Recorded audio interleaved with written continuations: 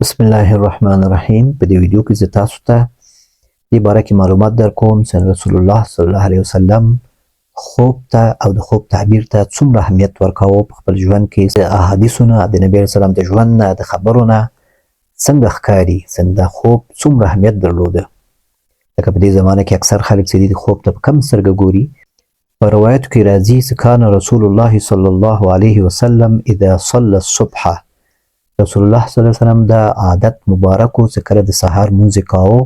اقبل على اصحابه، د به مخ اړاوه خپل صحابو طرف ته به یې مخ واړاوه. چې کله مونځ به خلاص شو، جمع به خلاص شو، سلام به یې وګرځوه، بیا به صحابو طرف ته مخ به یې واړاوه. فقال، بیا به صحابو ته ویلي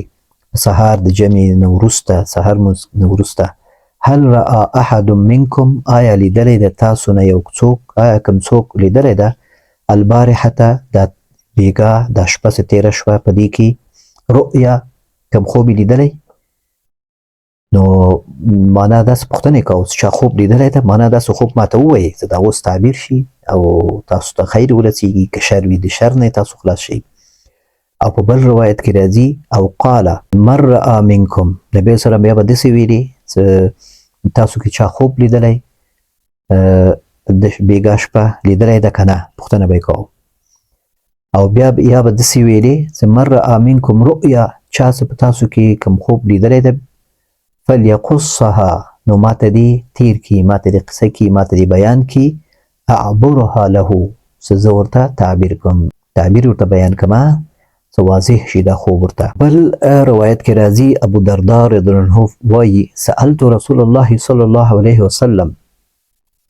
د رسول الله صلی الله علیه وسلم نه ما پوښتنه وکړه دغه آیت چې په قرآن کریم کې راځي په سورة یونس کې 40 نمبر آیت کې الله تعالی فرمایي لهم البشرى فی الحیاة الدنیا وفي الآخرة، چې دې مؤمنانو لپاره زیری د خوشخبري ده په ژوند د دنیا کې او په آخرت کې. دې څه مطلب ده؟ خوشخبري نه مراد څه شی ده په ژوند د دنیا کې؟ نو قال رسول الله صلی الله علیه وسلم، ابو درداء رضی الله عنه وایي رسول الله صلی الله علیه وسلم وفرمایل ما سألني احد عنها غیرک، تا نه بغیر مخکې د آیت باره کې ما نه چا پوښتنه نه وکړی. منذ انزلت، دغه وخت نه د آیت نازل شوی، نو ته اولین کس دې آیت باره کې ما نه پوښتنه کوي. هي الرؤیا الصالحه، دا کم خوشخبري، کم بشارت، کم خوشخبري چې په دې آیت کې راځي سورة یونس 40 نمبر آیت لهم البشرى، دغه بشرا نه مراد الرؤیا الصالحه ده، ښه خوب ده. یراها، هغه ګوري، یو خوب ښه خوب ده چې هغه کتل کېږي یا ګوري څوک، الرجل یو کس، او ترى له، یا د ده لپاره بل څوک ګوري. ښه خوب څه وګورې صحیح ده، او څه بل څوک هم وګوري ستا په حصه کې، هغه هم بیا تعبیر کېږي، هغه هم بیانېږي، هغه هم مهم وي. او په بل روایت کې راځي رسول الله صلی الله علیه وسلم فرمایي اذا اقترب الزمان، چې کله قیامت را نږدې شي، لم تکد رؤیا المسلم تکذب، داسې نه واقع کېږي چې د مسلمان خوب د دروغ ووایي. یعنی دا ډېر کم واقع کېږي چې هغه د مسلمان خوب د دروغ شي. د مسلمان خوب حتما رښتیا کېږي په آخر زمانه کې. او اکثر کسان چې ما سره رابطه کوي هغوی وایي چې موږ خوبونه ګورو، خوبونو کې تجربه ورته حاصله شوي، هغوی وایي چې څه موږ وګورو بس هماغه موږ ته کېږي، هغه مخ ته راځي. نو دا د الله تعالی نظام دا چې په دې آخر زمانه کې ولې دا خوب زیاتوي، خوبونه کتل زیاتېږي، ځکه په دې باندې ځینو خلکو ته الله تعالی هدایت نصیب کړي، ځینې خلک الله تعالی یو ګناه د ارادې نه هغه منع کوي په دې خوب باندې. چې کله خوب وګوري انسان هغه بیا ډارېږي، ډار ورته پیدا کېږي، یا تقوا ورته پیدا کېږي، الله ته متوجه کېږي، کارونه یې اسانېږي، لکه استخاره وکړي.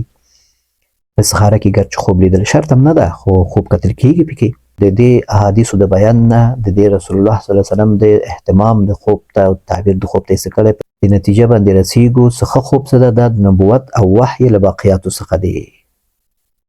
ښه خوب د نبوت او د وحی له باقیاتو څخه دی. او بل ښه خوب شرعي دلیل نشي کېدی. بیا د ښه خوب څومره ښه خوب وي، خو دا شرعي دلیل نشي کېدی. خوب سره څه شی حلال یا حرامېږي نه. د ښه خوب لیدلو سره څوک د علم غیب دعوا نشي کولی چې یو څوک خوب وګوري او یو شی ورته معلوم شي په خوب کې، او دی ووایي چې بس دا شی ماته معلوم شو، او زه پوهېږم په دې باندې دا زه عالم غیب یم، زه په خوب کې دا شی ماته معلوم شو. د خوب تعبیر غیبګویي نه ده. اکثر خلک داسې فکر کوي چې زه کله د خوب تعبیر کوم هغه خبرې ټول وي هماغسې وي، نو هغه فکر کوي چې زه په غیب پوهېږم، حالانکه زه ورته وایم چې وروره زه په غیب نه پوهېږم، دا خوبونه زه تعبیروم، دا په دې خوب کې د ښکاري ماته او دا غیب نه ده، دا د ملایکو دا یو تمثیل د څه تاته یې بیان کړی ده او دغه مسایل پکې بیانېږي او دغه مسایل رموز دي رمزونه دي هغه پکې ښکاري. خوب کې ښه هم شته او خراب هم، بیا ټول خوبونه تعبیر کېږي نه، یو خوب هم کیدای سي یو یې صحیح ښیي یو یې صحیح بیا صحیح نه وي، نو داسې نشي کېدای چې ټول خوبونه دې صحیح او هر خوب دې صحیح وي او یو خوب پوره دې ټول صحیح وي، نه د شیطان اسم پکې وي خوب کې. د خوب تعبیر او اجتهاد او ښه ګمان کول دي. نو د خوب تعبیر څه زه کوم دا یو اجتهاد کوم، یو کوشش کوم، زما یو کوشش ده، کوشش کوم څه ښه طرف ته تعبیر کوم او یو ګمان د ښه ګمان کوم، نو دا ضرور نه ده چې دا خبرې دماغسې وشي، خو که کېږي یو خبره یو خوب وکتل شو هغه ما تعبیر کړي هماغسې وشو، نو دا د الله تعالی یو توفیق ده چې ما ته یې راکړه چې زما په ژبه باندې دا خبره جاري شو او هغه علم او هغه پوهه او هغه تجربه دغه شی ما ته حاصل شو، الله تعالی په خپل فضل سره ما ته یې راکړه. نو دا دعوا نه ده چې زه دعوا وکړم چې د هر خوب په تعبیر زه پوهېږم، د هر خوب په تعبیر هم زه نه پوهېږم. اهل حق په دې متفق دي چې ښه خوب د الله تعالی لخوا وي او ټول مسلمانان په دې متفق دي، اهل حق علما جمهور علما چې د ښه خوب څه ده دا د الله تعالی لخوا وي، ځکه په حدیث شریف کې راځي الرؤیا الصالحه من الله. ښه خوب څه ده ملحدین او معتزله انکار کوي، له ښه خوب څخه هېڅوک هم انکار نه کوي، ښه خوب باندې څوک هم ریشخند نه وهي، مګر چې څوک ریشخند وهي هغه یا ملحد وي چې هغه آخرت او حشر نه مني، عالم برزخ نه مني، ځکه د خوب نه انکار د عذاب قبر نه هم انکار ده، ځکه خوب کول د مرګ سره مشابه ده او په خوب کې سړی تکلیف ګوري، بل انسان پرې نه پوهېږي، خدای په تکلیف وي او راویښ شي وایي چې ما باندې ملې غږ ونه کوه زه خو ډېر په تکلیف وم، نو په قبر کې هم داسې عذاب شته. ښه خوب د شریعت مطابق وي، ښه خوب څه وي هغه د شریعت مطابق وي، هغه داسې نه وي چې د شریعت مخالف شی پکې وي. ښه خوب مسلمان لپاره مبشرات یا خوشخبري ده، نو ښه خوب څه ده دا یو خوشخبري ده مسلمان لپاره، یا نیک عمل ته یې یو شی یو عمل قبول شوی ده یا نیک عمل یې تشویقوي یا د بدو نه ډاروي او منع کوي. په آخر زمانه کې د مسلمان خوب دروغ نه وایي، دا په حدیث شریف کې مخکې تیر شو. ښه خوب د قبر او آخرت د ژوند ښه ثبوت دی، نو که څوک شک لري د آخرت په ژوند په قبر د ژوند او د قبر کې د عذاب،